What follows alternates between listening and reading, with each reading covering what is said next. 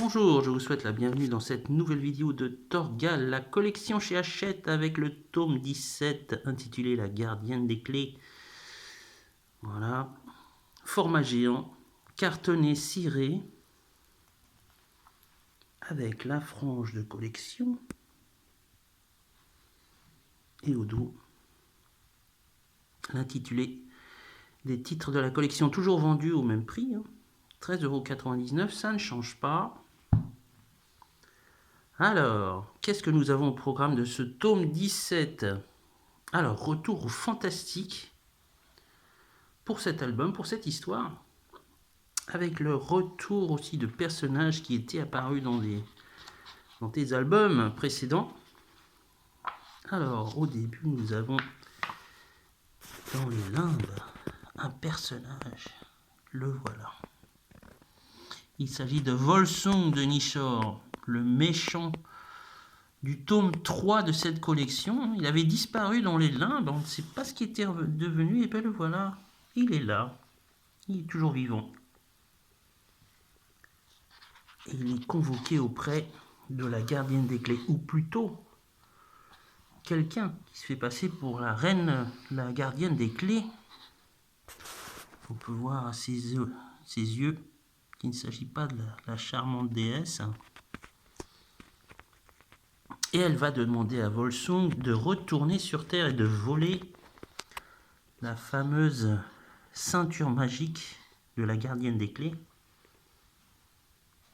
Alors Volsung, elle lui propose un marché.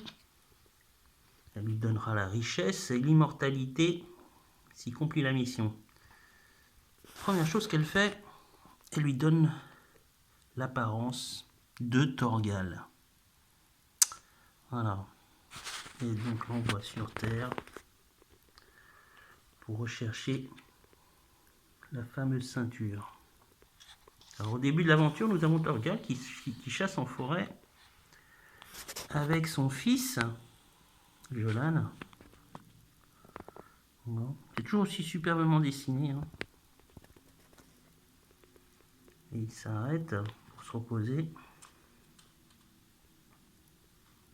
Alors bien sûr, Jolan utilise l'arc pour s'entraîner, malgré l'interdiction de son père, bien sûr. Alors au moment où il décide de récupérer la flèche laissée dans la forêt, qu'est-ce que nous avons? Nous avons Volsung qui a l'apparence de Torgal.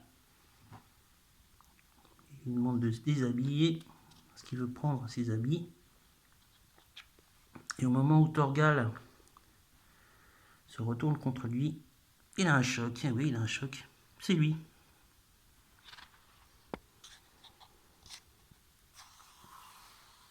Alors Torgal essaie de le tuer, mais il ne peut pas, puisque la ceinture le rend immortel, donc il ne peut rien faire. Et Volsung lui projette une flèche dans le dos. Ce dernier tombe à terre. Il prend sa place, il rejoint Jolan et retourne au village. Pendant ce temps, notre héros est mort, ou plutôt pense être mort. Alors il se réveille, les couleurs autour de lui ont changé, et nous avons la gardienne des clés, en colère contre lui. Et il dit que Torgal lui a volé sa ceinture et lui a mis une fausse. Et bien sûr, Torgal s'explique, ce n'est pas lui, c'est quelqu'un d'autre, et il a plutôt deviné de qui s'agissait. Volsung de Nishor.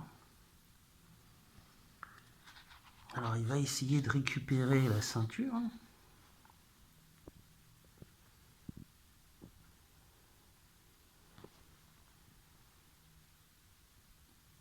C'est toujours très bien dessiné. Que ce soit au niveau des décors, des personnages. C'est magnifique.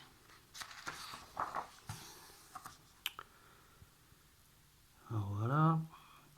Et nous avons un autre personnage qui est de retour, le nain Jazzy, qui apparaissait dans l'épisode, le tome 7, intitulé L'enfant des étoiles. Le voilà, Jazzy, il est de retour et il va aider Torgal dans sa mission. Alors, pendant ce temps, au village, nous avons le faux Torgal, hein, donc Volsung, qui provoque le chef des Vikings. Il veut prendre le pouvoir. Et il tue sans vergogne le chef. Il le poignarde en plein cœur. Il se met à boire. Il frappe aussi sa femme, ou plutôt la femme de Torgal, Aricia. Idem pour Jolan, le pauvre.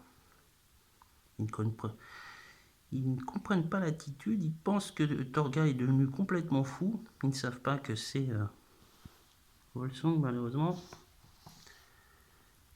Elle essaie de l'assommer, ça ne fait rien. Il l'enferme. Et pendant ce temps, il ne trouve rien de mieux que d'aller voir la femme du chef des Vikings. Il l'a violée carrément. Pendant ce temps, nous avons le jeune Jolan qui sort du village et qui retrouve le vrai Torgal. Alors il essaie de lui expliquer les choses. Il faut qu'il récupère la ceinture.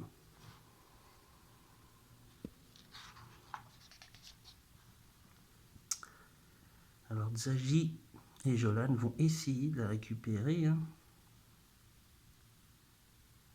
Pendant ce temps, Torgal essaie d'avoir une explication avec la femme Irka, la femme du chef des Vikings. Elle va tout lui expliquer. Pendant ce temps, Volsung boit et essaie de dormir. Et c'est à ce moment que Jolan et Zagi lui volent sa ceinture. Le lendemain, au conseil des Vikings, donc nous avons le faux Torgal qui incite les chefs à prendre la décision de le nommer chef. Nous avons Erika qui s'interpose. Et la jeune femme porte la ceinture. Elle blesse le faux Torgal et celui-ci, regardez, reprend sa véritable apparence. Donc là, nous avons Torgal qui vient à ce moment pour l'arrêter.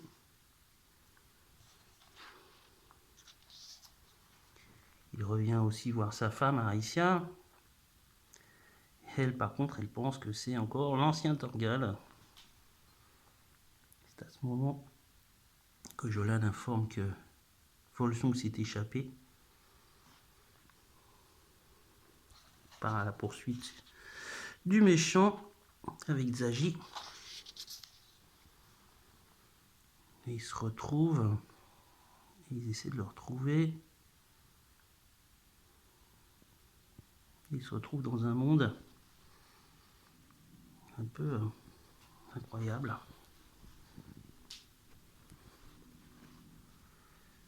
Avec des mouches volantes, des mouches géantes.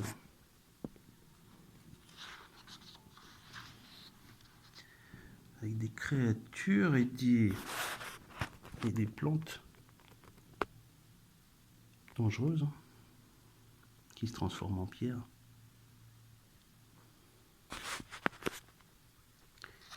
Et là, il se retrouve avec la gardienne des clés, ou plutôt là, celle qui se faisait passer pour la gardienne des clés. Et là, on voit la vraie apparence. Il s'agissait en fait du serpent Nidhogg. Voilà, un des personnages qui était dans le tome 7, dans l'aventure avec Zagi.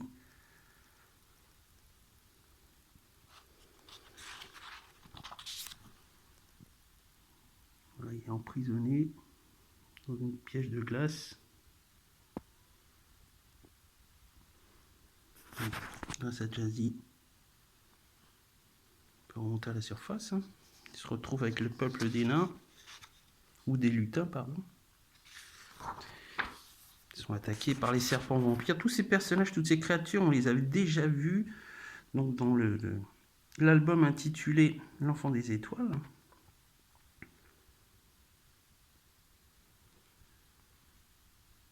Alors, il retrouve donc le serpent qui a fait prisonnier la gardienne des clés. Notre héros va bien sûr la délivrer, la gardienne des clés, grâce à un sortilège, réduit la taille du serpent. Il devient tout petit. Elle récupère sa ceinture. Malheureusement, Volsung n'a pas dit son dernier mot. Il prend en otage Jolan. Et nous avons le nain qui jette le serpent au visage de Volsung. Celui-ci est surpris et s'enfuit. Mais il est rattrapé par Thorgal. Et à ce moment-là, Volsung et le serpent disparaissent à nouveau dans l'autre monde. Voilà. Thorgal, Zaji et la gardienne des clés sont revenus à la normale. Le serpent et Volsung se retrouvent à nouveau dans le monde qu'on avait vu au début de l'album. Voilà, et Thorgal repart chez sa famille. Pendant ce temps, le serpent se venge sur Volsung. Voilà. Et c'est à ce moment que Thorgal prend la décision de partir, de s'éloigner d'Arissa et des enfants, car pour lui, ils ne seront jamais en paix tant que les dieux s'en prendront à lui. Voilà, une décision un peu abrupte, hein, mais bon.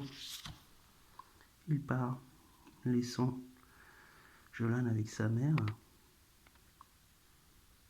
Voilà. Et Volsung est transformé en crapaud baveux. Voilà pour l'histoire. Alors, comme toujours, nous avons 8 pages supplémentaires, hein, à savoir le synopsis, les travaux de Thorgal,